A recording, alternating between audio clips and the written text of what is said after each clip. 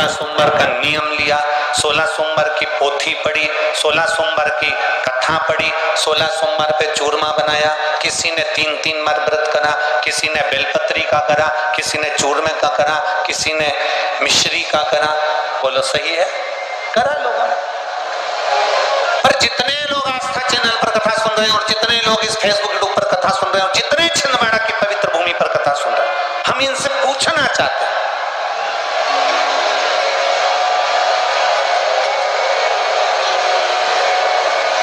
व्रत नहीं, 6 व्रत नहीं, 7 व्रत नहीं, 11 व्रत नहीं। हमारे सनातन धर्म में तो 11, 21, 51, बोलो सही है, 7, 5 ऐसा नियम चला आया है हमारे सनातन धर्म का कि 5 व्रत करना है, 7 व्रत करना है, नवरात्रि के 9 व्रत करना है, 11 व्रत करना है, 21 व्रत करना है, 31 करना है, 108 करना है, 1008 करना है। ऐसा नियम हमारे शास्त्रों का चला आया। फिर आखिर 5 व्रत नहीं, 7 व्रत नहीं, 6 व्रत नहीं, 4 व्रत नहीं, 3 व्रत नहीं, 16 व्रत का नियम कहां से आया? 16 व्रत ही क्यों?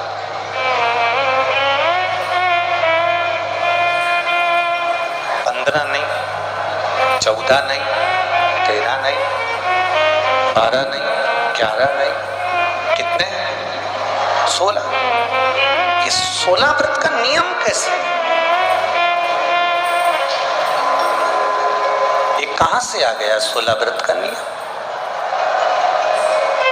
कोई आपसे पूछ सकता है? आपके घर के बच्चे कह सकते हैं, मम्मी ओ माँ क्या कर रही हो? मैंने कहा बेटा मैंने 16 सोमवार के व्रत उठाए। 16 सोमवार के व्रत उठाए? हाँ। क्या करती है उसमें? बेटा शाम के समय जब तीसरा पहर होता है, प्रदोष काल होता है, प्रदोष का जो समय होता है, शाम का जो समय होता है, उस शाम के समय पर हम 16 सोमवार का पूजन करते हैं। शिव जी का शिवलिंग का निर्माण करना या शंकर भगवान का शिवलिंग घर में उसकी पूजन अर्चना करना, उसका निर्माण करना और पूजन करके जो भी चीज से हमने सोमवार करे हैं, जो 16 सोमवार के प्रथम सोमवार में चूरमे से करो, चाहे तुम बेलपत्री से करो, चाहे तुम मिश्री से करो, जिससे तुम पहला व्रत करोगे, 16 की 16 व्रत उसी चीज से होंगे, उसी प्रसाद से होंगे। तो बच्चे कहेंगे माँ ये 16 व्रत का विधान कहां से आया? 16 व्रत का नियम कहां से आया? आपके बच्चे पूछ सकते हैं, आपसे पूछेंगे, आपके बच्चे आपसे पूछेंगे कि ये 16 व्रत का विधान कहां से आया, 16 व्रत का नियम कहां से? तब आपको बताना है। अवंतिकापुरी उज्जैनी में एक कन्या रहती थी जिसका नाम सुगंधा था। बड़े ध्यान से सुनना, 16 सोमवार के व्रत तो आपने बहुत करे हैं, पर 16 सोमवार में 16 सोमवार का नियम कहां से आया? 15 नहीं, 14 नहीं, 5 नहीं, 6 नहीं, 7 नहीं, 21 नहीं, 20 नहीं, 16 का नियम कहां से आया? वो 16 के नियम को जाने। और यहीं से 16 सोमवार व्रत की प्रारंभता है, इस कथा की प्रारंभता। और जिन जिन को स्मरण में ना हो, मेरी माताओं से निवेदन है, जिनको नहीं मालूम है कि 16 सोमवार के 16 व्रत का विधान कहां से आया, उनको आप सुना सकते हो, आप उनको बता सकते हो। अवंतिकापुरी में एक सुगंधा नाम की एक बड़ी सुंदर कन्या रहती थी, बड़ी सुंदर थी। उसमें उसके चेहरे पर बड़ा आकर्षण था, उसके चेहरे पर बड़ी चमक थी, उसके चेहरे पर बड़ी रौनकता थी, बड़ी रौनक। अब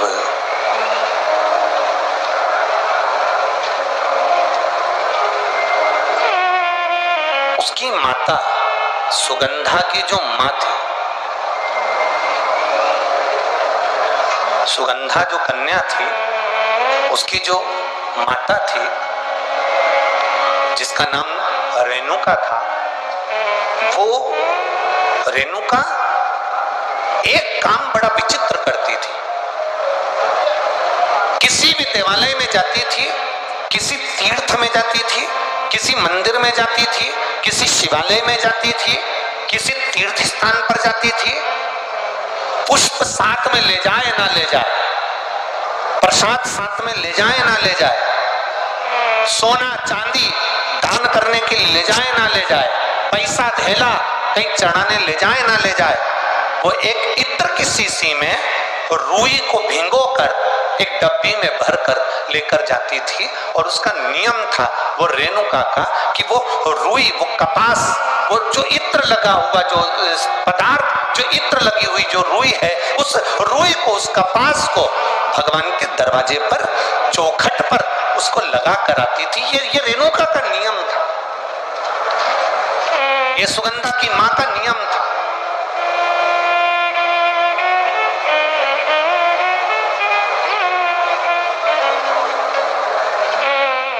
एक नियम हमारी जिंदगी में हम जो लेते हैं, वो नियम हमारे लिए सिद्धता देता है। आप में से कई माताएं ऐसी बैठी होंगी जिन्होंने नियम लिया होगा कि मैं शिव जी के मंदिर में जब भी जाऊंगी, मैं देवाधिदेव महादेव के मंदिर में जब भी जाऊंगी, मैं शंकर भगवान के मंदिर में जब भी पहुंचूंगी तो वहां झाड़ू लगा दूंगी, वहां पोछा लगा दूंगी। बैठी हैं ऐसी माताएं यहाँ पर जो मंदिर में जाकर कभी झाड़ू पोछा लगा देती हो, हैं? तो आप जाकर शिव के मंदिर में बुआरी लगा रहे हो, झाड़ू लगा रहे हो, पोछा लगा रहे हो, या जो बहुत सारे दिए लोग लगाकर चले जाते हैं, जलाकर चले जाते हैं, दिए ठंडे हो जाते हैं, उन दियों को भरकर एक डलिया में, एक खोके में, एक जगह पर ले जाकर आप रख देते हो, उसका पुण्य कितना है? शिव महापुराण की कथा करें, कितना पुण्य।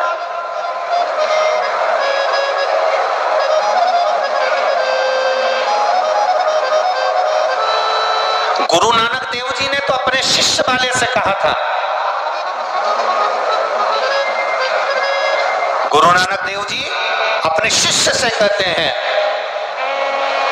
संत शिरोमणि में भी शिरोमणि परम पूज्य गुरु नानक देव जी अपने शिष्य बाले से कहते हैं, बाले सुन, भंडारा करने वाला भंडारा करे, लंगर करने वाला लंगर करे, चखने वाला चखे, करने वाला करे। अगर भूलवश भी बाले, अगर कोई भूलवश भी उस लंगर के स्थान पर से मात्र एक गीला कपड़ा कर कर, एक पोछा कर कर, एक बुआरी सवारनी कर कर अगर निकल भी जाता है तो वो अपनी जिंदगी के कई दुखों को समाप्त कर जाता है। गुरु नानक देव जी कह रहे हैं बाले से।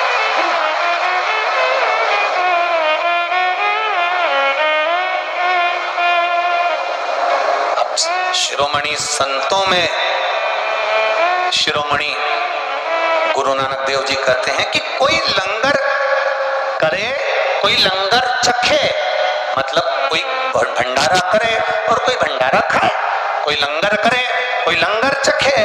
अगर वो चखने वाला भी उठकर चले गया और वहां पर से आप अगर निकल कर जा रहे हो और आपने अगर मात्र वहां सवारनी से आपने मात्र वो झाड़ू भी लगा दी, पोछा भी लगा दिया, उसको कहीं ना कहीं किसी ना किसी रूप में आपने सेवा कर दी, तो उस सेवा का फल क्या है? तो गुरु नानक देव जी कहते हैं उसका फल यह है कि आपकी जिंदगी में जितने जितने दुख, जितनी जितनी तकलीफें, आपकी जिंदगी में जितना जितना कष्ट, आपके जीवन में जितना जितना रोग, जितनी जितनी तकलीफें आपके जीवन में आ रही होती हैं, वो सारी की सारी तकलीफें अपने आप समाप्त होती चली जाती हैं, अपने आप समाप्त।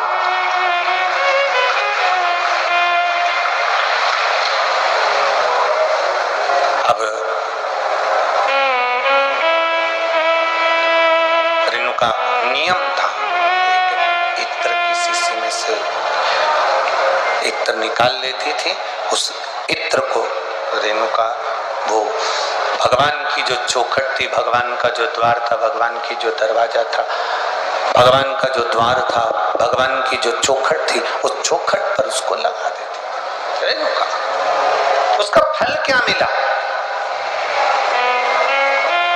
अभी इस पत्र के माध्यम से अपन ने सुना, इन्होंने जो फोटो लगाए करे सब, इस पत्र के माध्यम से अपन ने देखा कि डॉक्टर ने कह दिया, डॉक्टर ने बोल दिया कि गर्भाशय में जो बच्चा क्षमता नहीं है, उसमें इतना तत्व नहीं, इतना बल नहीं है उस बच्चेदानी में कि वो बच्चा सहन कर। पर पहले भी आपको कथा में कहा, देवता देते हैं पल्ला झाड़ कर और महादेव देते हैं छप्पर।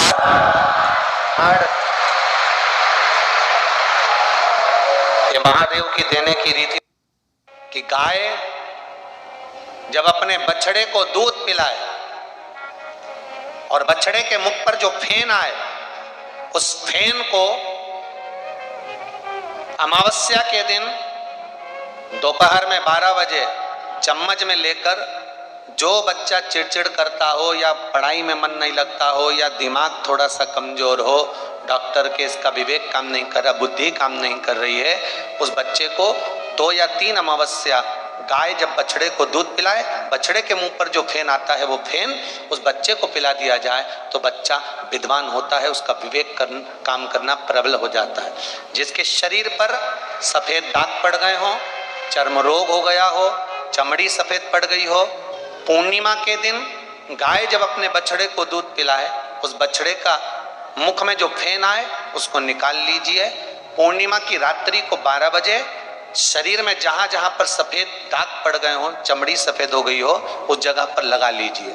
चंद्रमा की रोशनी में कम से कम आधा घंटा बैठ जाइए और बैठने के बाद में उसके बाद में फिर स्नान कर लीजिए।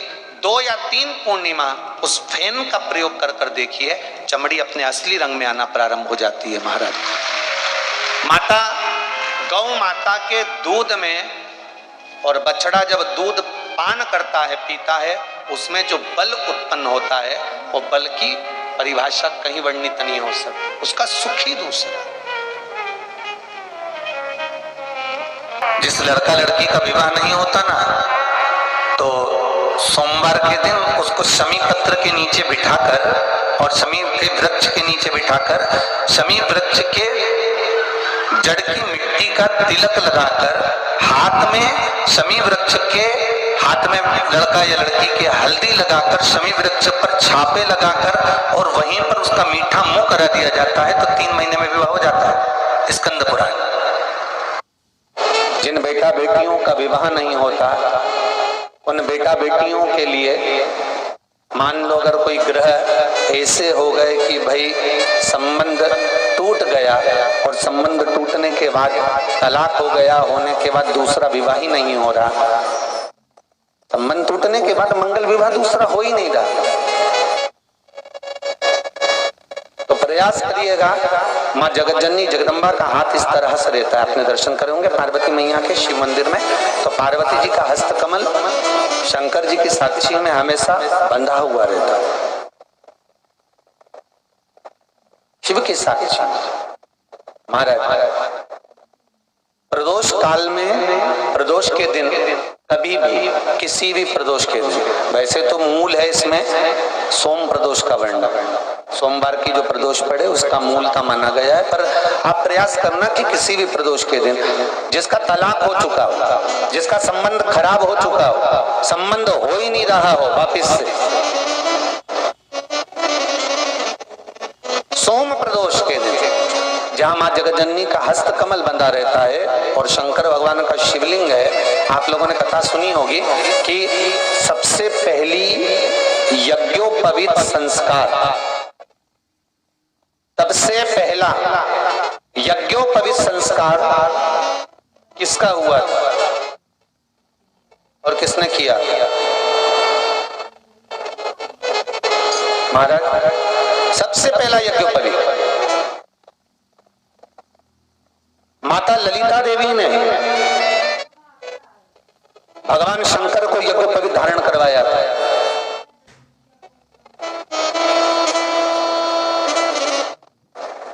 मां ललिता देवी ने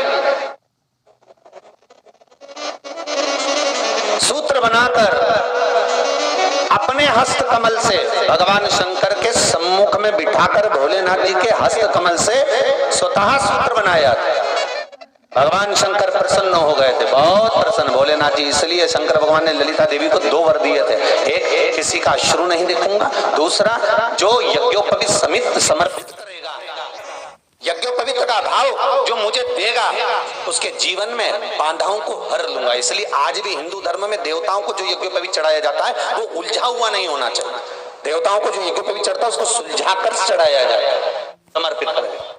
अब कई विद्वान ब्राह्मण ऐसा कैसे यज्ञोपवीत में हल्दी लगाकर छोड़वा देते हैं, परंतु वो उलझा हुआ रहता है। वो सुलझा हुआ अगर चढ़ाएगा तो जो जजमान पूजन कर रहा है, जो जजमान पूजन में लगा हुआ है, उसको पूर्ण फल की अनुभूति होगी। श्री शिवाय नमस्तुभ्यम। दोस्तों, फुल वीडियो वॉच करने के लिए आपका धन्यवाद। प्लीज़ मेरे चैनल को लाइक एंड सब्सक्राइब और वीडियो को ज़्यादा से ज़्यादा लोगों को तक शेयर करें।